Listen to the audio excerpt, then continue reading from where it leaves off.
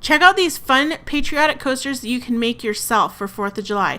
What you'll need is some felt from Kunin Group. We're going to use their Presto felt. And you'll need a rotary cutter, some acrylic paint, tape, a foam brush, some cork, and some stamps. This is really easy to make. So the first thing you'll do is use a ruler or a grid ruler like I have here to cut your felt into 4-inch squares. And I'm using a rotary cutter because it's just really exact. And you'll see the Presto felt has the adhesive on the back, so you want to make sure that that's facing down when you're cutting with your rotary cutter. After you've cut your strip, now you're going to cut each strip into 4-inch pieces, and that's going to give you 4x4 coasters.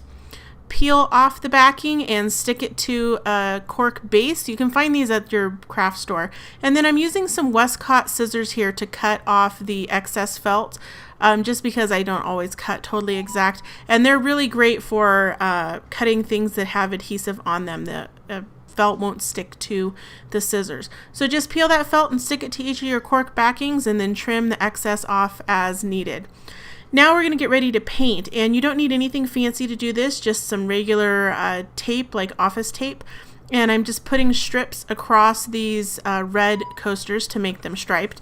I'm putting some acrylic paint on my little mat here, and then I'm just painting in the stripes with my foam paintbrush. Now you could use fabric paint too if you want, but what I had on hand was some white acrylic craft paint. You can also do this with other colors of paint as well. Now to make the stars, I'm using a stamp set, and I'm just putting the paint right onto that little rubber stamp and stamping it. Now it's looking a little bit messy. What I'm going to do to cover that up is paint the edges white. So I'm kind of giving it like a distressed look with that, so taking advantage of my messy stamping. And if you wanted it to not be messy, then you would want to use a stamp that has like a deeper image, so that you don't get the paint on the edges of the stamp there. Now you can repeat the same thing, making monograms or just stamping onto our glitter felt as well, which works really nice. Any of these are great to make gifts or projects for like Father's Day. And what I did here for the plain squares of felt is I just trimmed the edges with pinking shears. So this is just felt stuck to felt. It doesn't have a cork backing.